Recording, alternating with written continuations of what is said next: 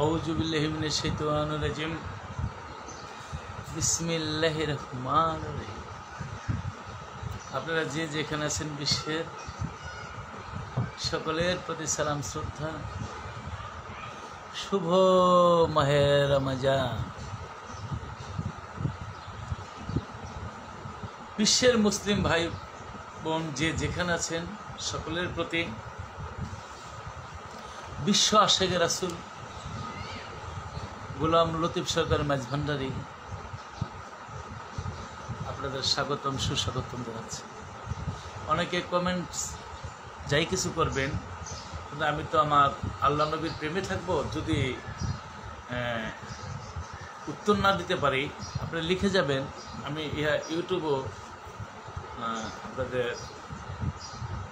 Post দিব। আপনারা সবাই ভালো থাকবেন। আমার নবী করিম সাল্লাল্লাহু আলাইহি ওয়াসাল্লাম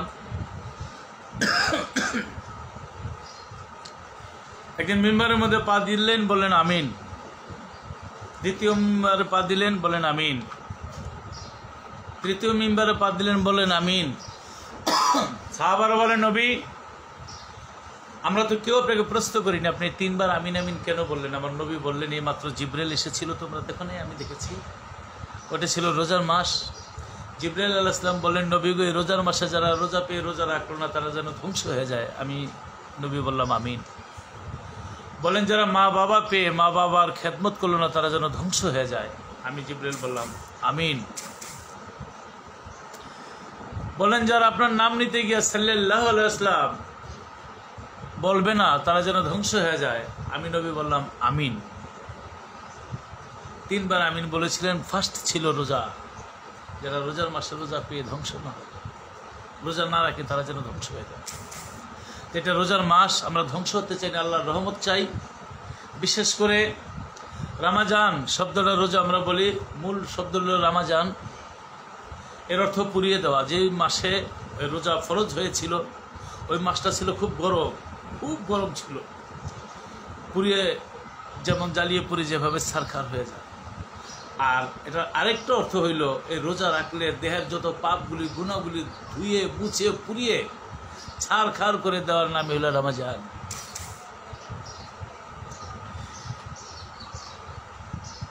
এই রোজার ইফতারিতে দুটি আনন্দ, অর্থাৎ যিনি রোজা থাকেন তার ইফতারিতে যে আনন্দ পৃথিবীতে আর কোনো খানা খেতে এত আনন্দ হয় না। একজন রোজা রাখছে, সেও ইফতার করতেছে, কিন্তু আরেকজন রোজা নাই রেখে সেও খাসির মাথা খাচ্ছে। কিন্তু যে রোজা রাখে নাই সে মনে করে গরু ছাগল ভেড়া বকরি যেভাবে ঘাস খায়, মনে করলো ওরকম একটা রোজাদারের সামনে এটা মুখে প্রকাশ না করলো বুঝার বাকিই থাকে না। আর যিনি রোজা রাখলো আহারি, তার এই রোজার ইফতারের মধ্যে আল্লাহর অশেষ রহমত, তিনি ইফতার করছেন। এবং রোজাদারের সাথে আল্লাহ রোজ হাসরে জান্নাতের মধ্যে স্বয়ং আল্লাহ দেখা দেবেন। সুবহানাল্লাহ। শুধু কি তাই, জান্নাতের 8টি গেট, একটি গেটের নামই হলো রাইয়ান। রাইয়ান অর্থ যারা রোজা রাখবে তারা ওই গেট দিয়ে প্রবেশ করবে, আর কেউ ওই গেট দিয়ে প্রবেশ করতে পারবে না। অন্য সময় অন্য মাসে একটি ফরজ আদায় করলে 10টি সওয়াব পাওয়া যায়, কিন্তু রোজার মাসে একটি ফরজ আদায় করলে 70টি সওয়াব পাওয়া যায়। সুবহানাল্লাহ। এবং নফল করলে যা ফরজের সওয়াব পাওয়া যাবে। এমন একটি মাস আছে এই রোজার মাসে, শবে কদর, যে মাসে কোরআন নাজিল হয়েছে, 1000 বছরের চেয়ে উত্তম। অর্থাৎ 83 বছর 4 মাসের 83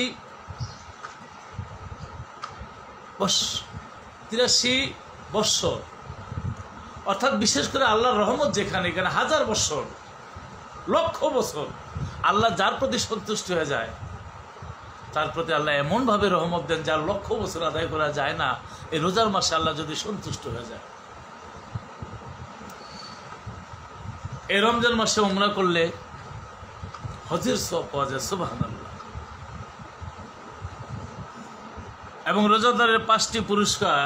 একটি হলো মুখের ঘ্রাণ। দেখেন, একটি কথা বলি, মুখের গন্ধ এত দুর্গন্ধ, বিশেষ করে ময়লার চেয়ে বেশি খারাপ, যাদের কাছে যাওয়া যায় না। কিন্তু রোজাদারের দুর্গন্ধ মেসকাম্বরের চেয়ে সুগন্ধ আল্লাহর কাছে। সুবহানাল্লাহ। সমুদ্রের মাছ ইফতার পর্যন্ত রোজাকারীদের জন্য দোয়া করে এবং বেহেশতে প্রতিদিন তাদের জন্য সজ্জিত করা হয় রোজাদারের জন্য, এবং শয়তানকে বেঁধে রাখা হয় যাতে এই রোজার মধ্যে আল্লাহর খাস বান্দাবান্দিগণ পাপে নিমজ্জিত না হয়, এবং রমজানের শেষ রাতে এই জীবনের সমস্ত পাপগুলি আল্লাহ ধুয়ে মুছে পরিষ্কার করে দেয়। সুবহানাল্লাহ। কলেমা, নামাজ, রোজা, হজ, যাকাত প্রতিষ্ঠা করার জন্য আমার নবী যে কত কষ্ট করেছে দেখেন। আবু জেহেল ঘোষণা করলো মুহাম্মদের কল্লা যিনি কেটে এনে দিবে তাকে স্বর্ণমুদ্রা পুরস্কার দেওয়া হবে। 40 জন বাছাই বাছাই সৈন্য চলে গেল আমার নবীর ঘরের মধ্যে।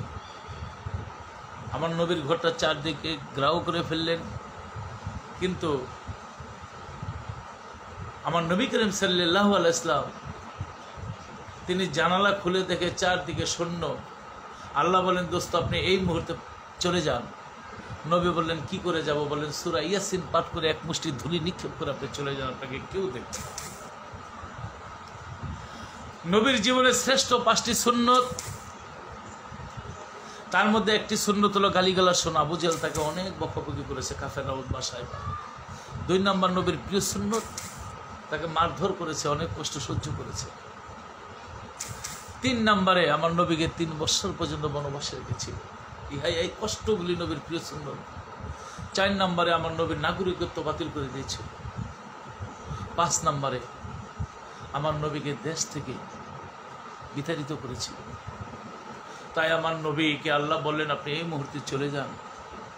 আমার নবী সূরা ইয়াসিন পাঠ করে চলে গেলেন।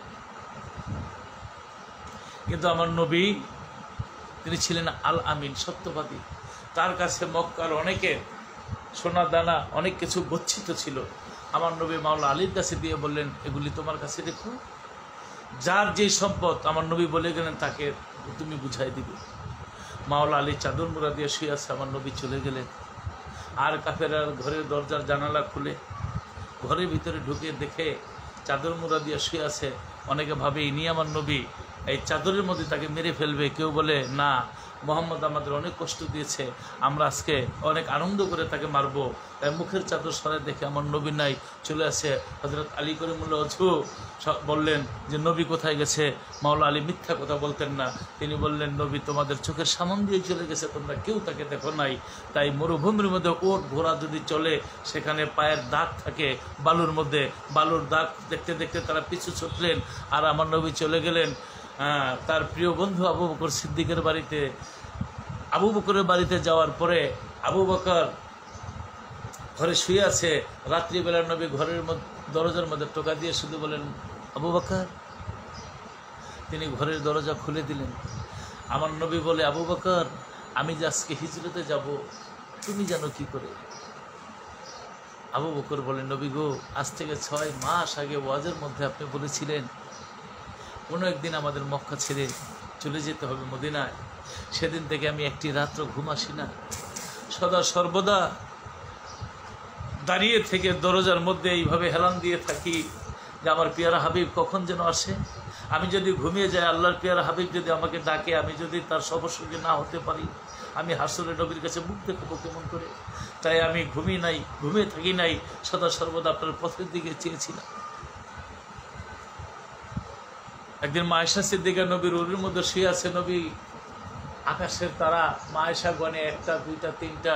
আমার নবী বললেন, আয়েশা আকাশের মধ্যে যতগুলি তারা, এতগুলি নেক কে করেছে? মা আয়েশা ভাবলেন আমার বাবার কথাই তো বলবে। বলেন, নবী আপনি ভালো জানেন। বলে, এতগুলি নেক করেছে। ওমর সারা জীবন যত নেক করেছে, ওমর সারা জীবনের নেকের পরিমাণ হলো আজকের পূর্ণিমার আকাশের যতগুলি তারা।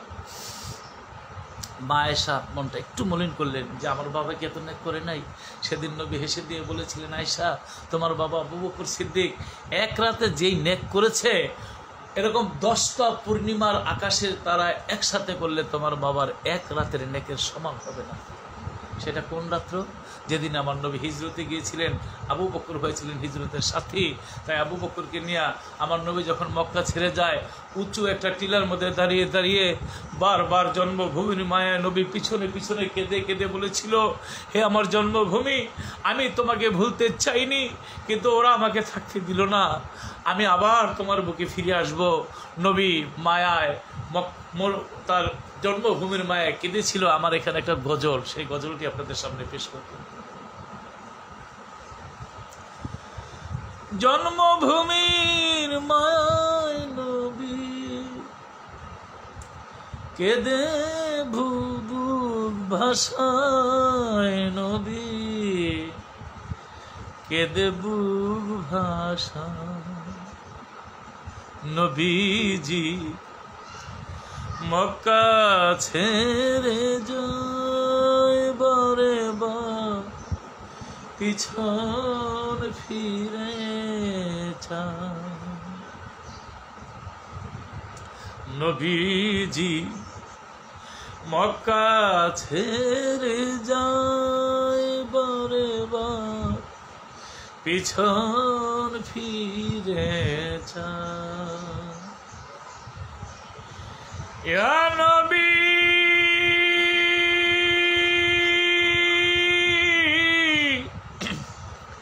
ইয়া হাবিব ইয়া হাবিব, বিদায়ের ব্যথা বুকে তে নবীজি চলেছে হিজরতে শুধু মদিনার পথে। বিদায়ের ব্যথা বুকে তে নবীজি চলেছে হিজরতে সুদূর মদিনার পথে। হৃদয়ে করুণ কান্নায় আখি নবীর ভেসেছে বন্যা। নবীজি মক্কা ছেড়ে যায় বারে বার, পিছন ফিরে যায়। ইয়া হাবিব ইয়া হাবিব,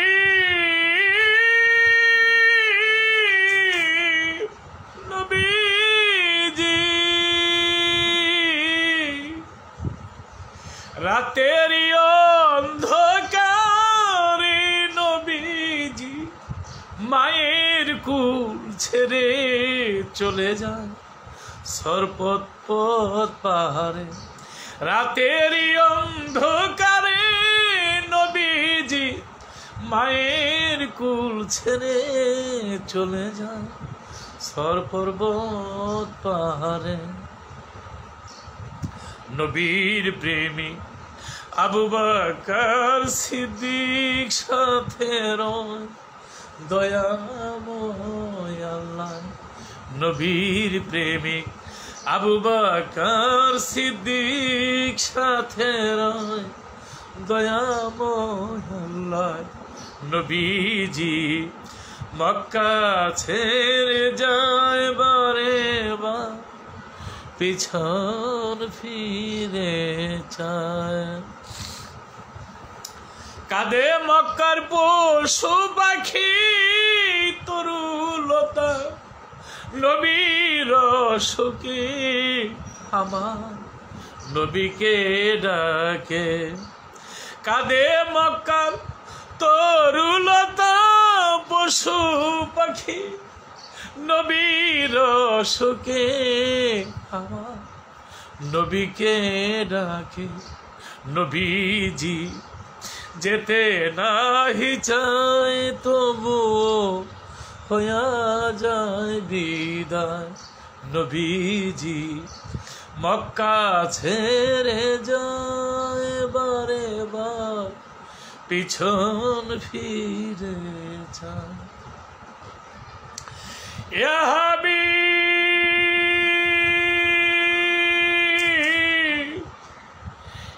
রাসূল ইয়া হাবিব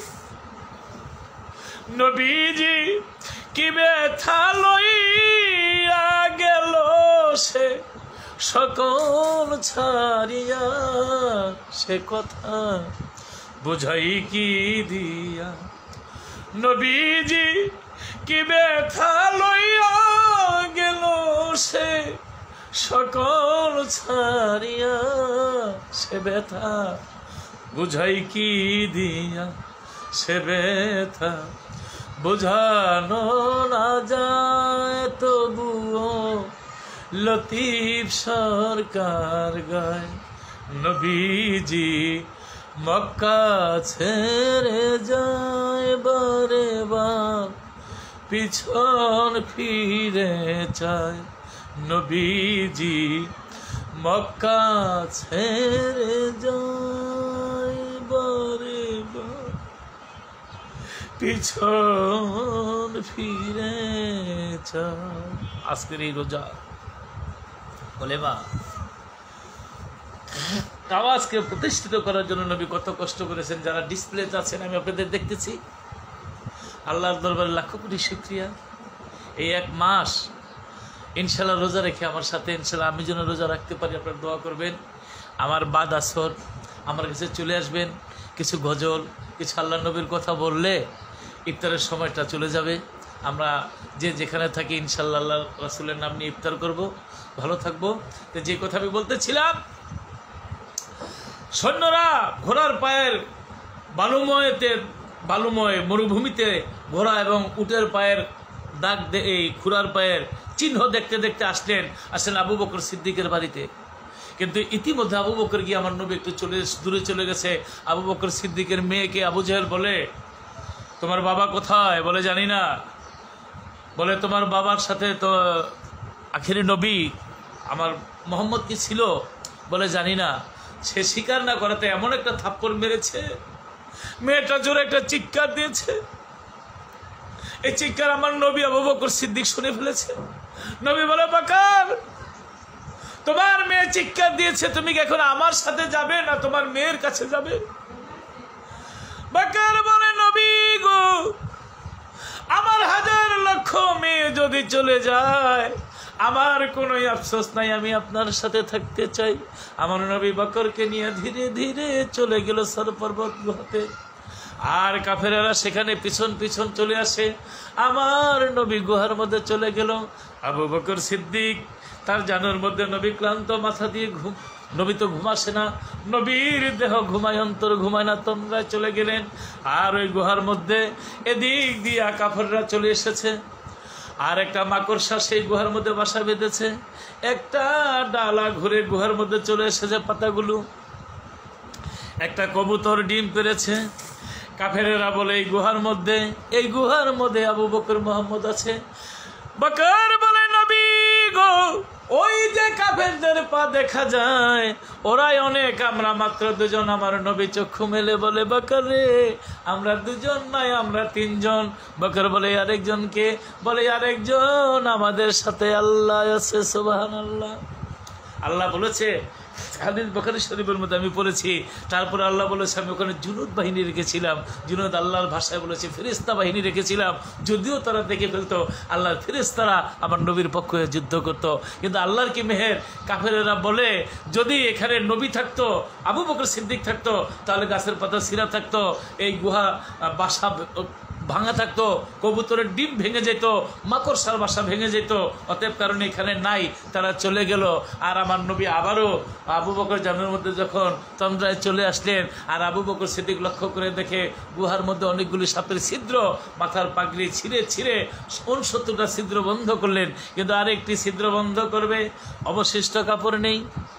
মাথার পাগড়িটা ছিঁড়ে ওই গর্তগুলি বন্ধ করলেন, কিন্তু ওই গর্তের মধ্যে সমস্ত গর্তগুলি বন্ধ করলেন। আরেকটি গর্ত বাকি রয়ে গেল, কিন্তু অবশিষ্ট কাপড় নেই।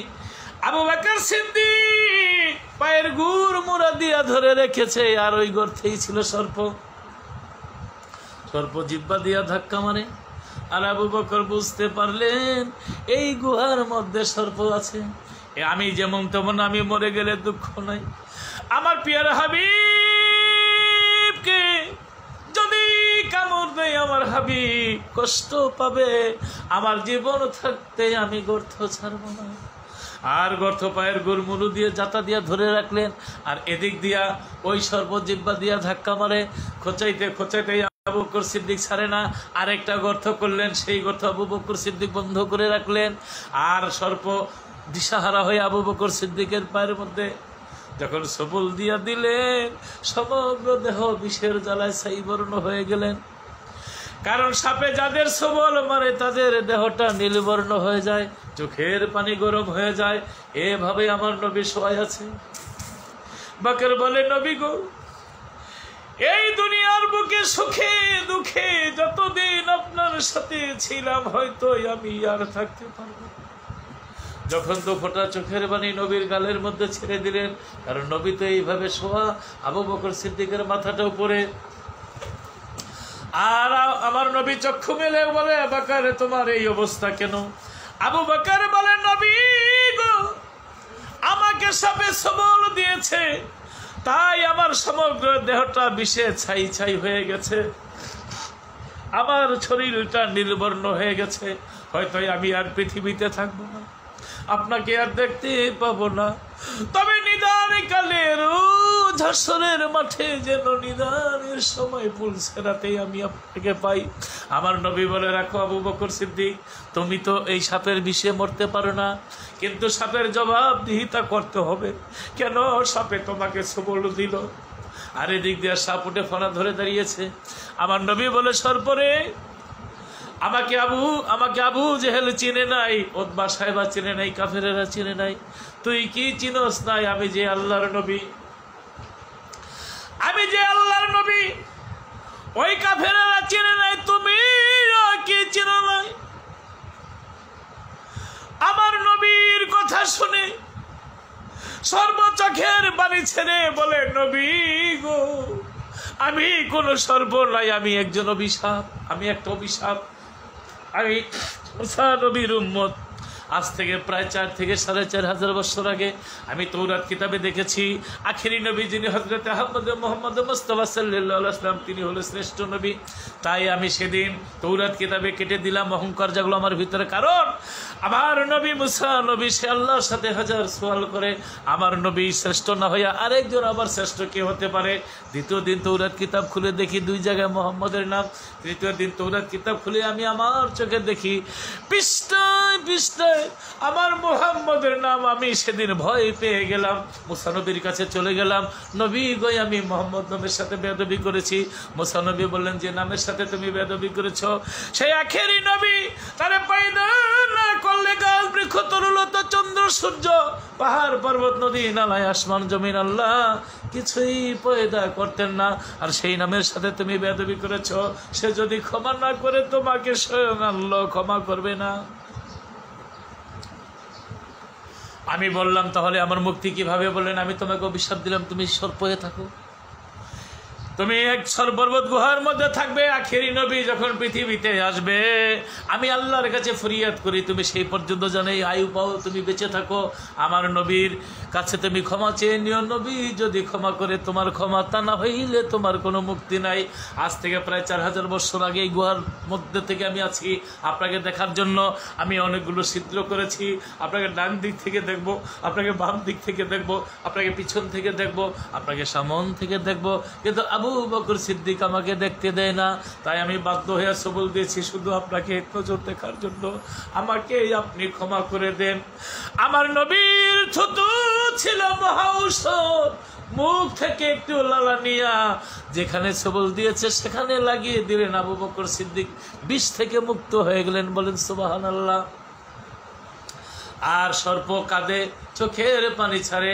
আমার নবী ছিল রাহমাতাল লিল আলামিন, রহমতের নবী। সর্পের গায়ে হাত মুছিয়ে দিলেন। সর্প সেদিন পাপ থেকে মুক্ত হইয়া পাঠ করলেন, লা ইলাহা ইল্লাল্লাহু মুহাম্মাদুর রাসূলুল্লাহ। কেন বললাম? আমার নবী এই কলেমা, নামাজ, রোজা, হজ, যাকাত প্রতিষ্ঠিত করার জন্য পৃথিবীতে কত কষ্টই না করেছে। তার জন্মভূমি ছেড়ে মদিনা পর্যন্ত যেতে হয়েছে।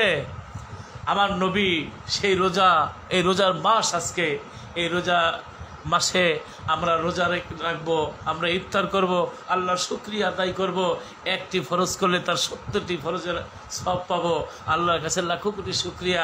দেশে বিদেশে আমার ভাই বন্ধু আত্মীয় স্বজন যে যেখানে আছেন সকলের প্রতি আমার সালাম শ্রদ্ধা রইল। আমি প্রতিনিয়ত বাদ আসর আমি এভাবে আপনাদের কাছে চলে আসবো আল্লাহ নবীর আলোচনা নিয়ে, রোজার আলোচনা নিয়ে। আপনারা লাইক কমেন্টস করে আমাকে শেয়ার করবেন এবং জানাবেন কমেন্টস করে আপনাদের কতটুকু ভালো লাগলো। আমি যদিও একজন বাউল শিল্পী, তারপরও আমি 5 ওয়াক্ত নামাজ পড়ি, ইনশাল্লাহ রোজা রাখি।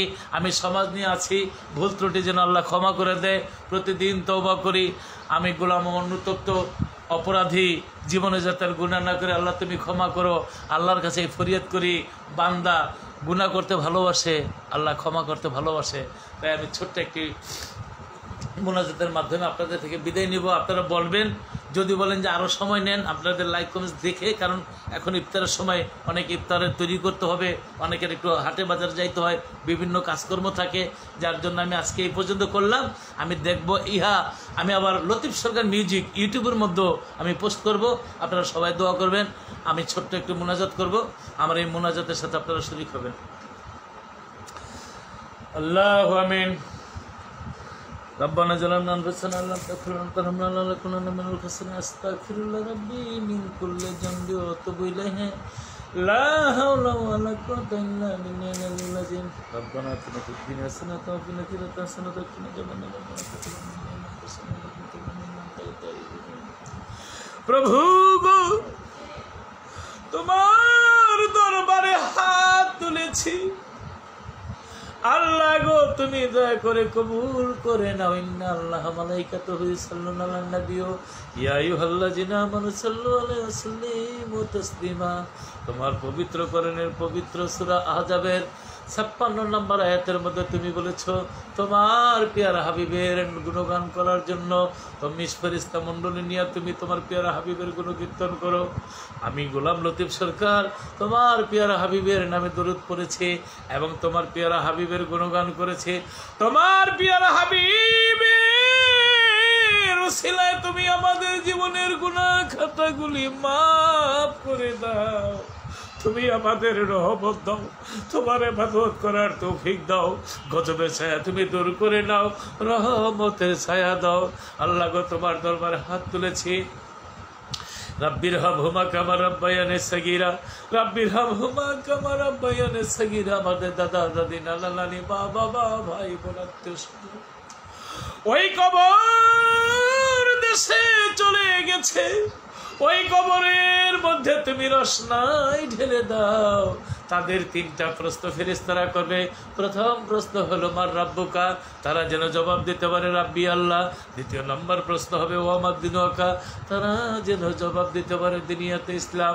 তৃতীয় নম্বরের প্রশ্ন করা হবে নবীজির প্রতি সুবিধার করে মার হাজার রাজুলু, উনিকে প্রত্যেক কবরবাসী যেন জবাব দিতে পারে হুয়া রাসূলিনী, আমার রাসূল।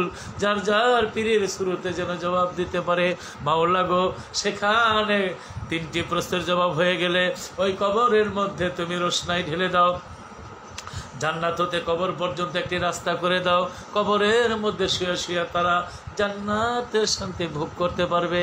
আর যারা প্রশ্নের জবাব দিতে পারবে না, প্রথমবারে কবরের মাটি এমন জোরে একটি চাপ মারবে যে প্রসাব করে তুমি অসুতিটা করেছো, তুমি চগলখুরি করেছো, হাড্ডি মাংস কলিজাগুলি গুড়া গুড়া করে ফেলবে। বিষাক্ত সর্প এসে ধ্বংসন করিবে, সমগ্র দেহ বিষের জ্বালায় ছাই ছাই হয়ে যাবে। আর দুজকের আগুন ঢেলে দিবে, দুজকের আগুনটা পুড়ে দেহটা কয়লা কয়লা হয়ে যাবে। প্রভু গো তোমাকে ভয় করি, তোমার দুজকে আযাবকে ভয় করি। আল্লাহ গো তুমি আমাদের সেই আযাব হতে মুক্ত করে দাও। আল্লাহ গো আমাদের মাথা থেকে অশুভ ছায়া দূর করো, রহমতের ছায়া দাও, এতিমের অভিভাবক হওয়ার তৌফিক দাও। আল্লাহ গো তোমার দরবারে হাত তুলেছে, আমাদের এই করোনা নামের যে মহামারী পৃথিবীতে এসেছে তুমি দূর করে নিয়ে যাও। আল্লাহুম্মা ইন্নী আউযুবিকা মিনাল বারাসি ওয়াল জুনুনি ওয়াল জুজমি ওয়াল মিন সাইয়্যিল আসকাম। আল্লাহ গো সকল মহামারী রোগ শোক হইতে আমাদের মুক্তি দাও। আল্লাহ গো পৃথিবীর মধ্যে সবচাইতে বড় মেডিসিন হলো মানুষের দোয়া, আর পৃথিবীর মধ্যে সবচাইতে বড় মেডিসিন হলো তোমার রহমত। তোমার খাল বান্দা বান্দির দোয়ায় তুমি রহমত বর্ষিত করো, আমাদের রোগ শোক হইতে মুক্ত করো, আমাদের এই করোনা ভাইরাস থেকে মুক্তি দাও, সকল মহামারী থেকে মুক্তি দাও। আল্লাহ গো আল্লাহ আমাদের দারিদ্রতা মুছে দাও। আল্লাহ গো তুমি আমাদের দারিদ্রতা মুছে দাও। জীবনের জন্য না হলেও তুমি অর্থ সম্পদ দাও, যেই অর্থ সম্পদের মাধ্যমে যেন বিশ্ব সমাজ সেবা করতে পারি, মানুষ হয়ে মানুষের পাশে দাঁড়াতে পারি, এই ফরিয়াদ তুমি আল্লাহ গো তোমার পেয়ারা হাবিব হযরত আহমদ মুহাম্মদ মুস্তাফা সাল্লাল্লাহু আলাইহি ওয়াসাল্লামের উসিলায়, আল্লাহ গো তোমার খাতুনে জান্নাত পাক পাঞ্জাতনের উসিলায়, আহলে বায়ত পাক পাঞ্জাতনের উসিলায়, ইমাম হাসান হোসেনের উসিলায়, মা খাতুনে জান্নাত মা ফাতেমার উসিলায়, মাওলা আলী হযরত আলী করিমুল্লাহ ওয়াজহুর উসিলায়, আহলে বায়ত পাক পাঞ্জাতনের উসিলায় তুমি কবুল করে নাও। আশিকে রাসূল হযরত ওয়াজ করেনি তবে তাবিঈনের উসিলায় কবুল করে নাও। তোমার খাল বান্দা বান্দির উসিলায় কবুল করে নাও। এই ফরিয়াদ বড় পীরের উসিলায় কবুল করে নাও। এই ফরিয়াদ খাজা বাবার উসিলায় কবুল করে নাও। হযরত শাহজালাল শাহপুরান ইমানি রহমতুল্লাহ আলাইহির উসিলায় কবুল করে নাও। আমার হযরত শালি বাগদাদি রহমতুল্লাহ আলাইহির উসিলায় কবুল করে নাও। দয়াল বাবা কুদরত আলী শাহর উসিলায় কবুল করে নাও। দয়াল বাবা গাইবী শাহর উসিলায় কবুল করে নাও। দয়াল বাবা আলী আহমদ আলী শাহর উসিলায় কবুল করে নাও। আমার খান্দু শাহর উসিলায় কবুল করে নাও। আমার গনিশা বাবার উসিলায় কবুল করে নাও। আল্লাহ গো কদম মস্তান বাবার উসিলায় কবুল করে নাও। মা পাগলনির উসিলায় কবুল করে নাও। তোমার খাল বান্দা বান্দির উসিলায় কবুল করে নাও। আল্লাহ গো গোলাম যেই চরণে দেহ মন প্রাণ বিকিয়েছে, বিশ্ব আশিকে রাসূল হযরত সৈয়দে মঈনুদ্দিন আল মাঝভান্ডারী রহমতুল্লাহ আলাইহির পাক চরণে এই ফরিয়াদ কবুল করে নাও। আমার মুজিবুল বশরের মাঝভান্ডারীর পাক দরবারে কবুল করে নাও। আমার শফি বাবার পাক দরবারে কবুল করে নাও। আমার বাবা জান কেবলার পাক দরবারে কবুল করে নাও। আমার হযরত কেবলার পাক দরবারে কবুল করে নাও। আল্লাহ গো তোমার পিয়ারে হাবিবের উসিলায়, তোমার খাল বান্দা বান্দির উসিলায় আমাদের রোজা রাখার তৌফিক দাও। আমাদের জীবনের গুনাহ খাতাগুলি মাফ করে দাও। দোজখের আগুন মাফ করে দাও। কবরের আযাব হতে আমাদের মুক্তি দাও। আমাদের জান্নাতবাসী করে দাও। আল্লাহ গো আল্লাহ, এই রোজাদার যারা তুমি জবানে বলেছ তাদের সাথে জান্নাতে সাক্ষাৎ দিবে, তাই আমরা যেন তোমার সাক্ষাৎ পাই। তোমাকে চাই, তোমাকে পেলে আর কিছু না চাই। তোমার পিয়ার হাবিবের উসিলায়, তোমার খাল বান্দা বান্দির উসিলায় এই ফরিয়াদ কবুল করে নাও। বিশ্ব আশিকে রাসূল গোলাম লতিফ সরকার মাঝভান্ডারী রহমতুল্লাহ আলাই আল্লাহর ওলিয়া উলিয়ার উসিলায়, মাদ্দাজিল্লুল আল্লাহর উসিলায় গোলাম লতিফ সরকার মাঝভান্ডারী মাদ্দাজিল্লুল গোলামের উসিলায় তুমি কবুল করে নাও। আল্লাহ গো তোমার দরবারে এই ফরিয়াদ তুমি কবুল করে নাও। কলিমে তাইয়্যিব লা ইলাহা ইল্লাল্লাহু মুহাম্মাদুর রাসূলুল্লাহ সাল্লাল্লাহু আলাইহি ওয়াসাল্লাম। আসসালামু আলাইকুম। সবাই ইফতারের জন্য প্রস্তুতি নেন। হয়তো যেই সময়টুকু আছে এই সময়টুকু জিকিরের মধ্যে মশগুল থাকুন। ধন্যবাদ সকলকে।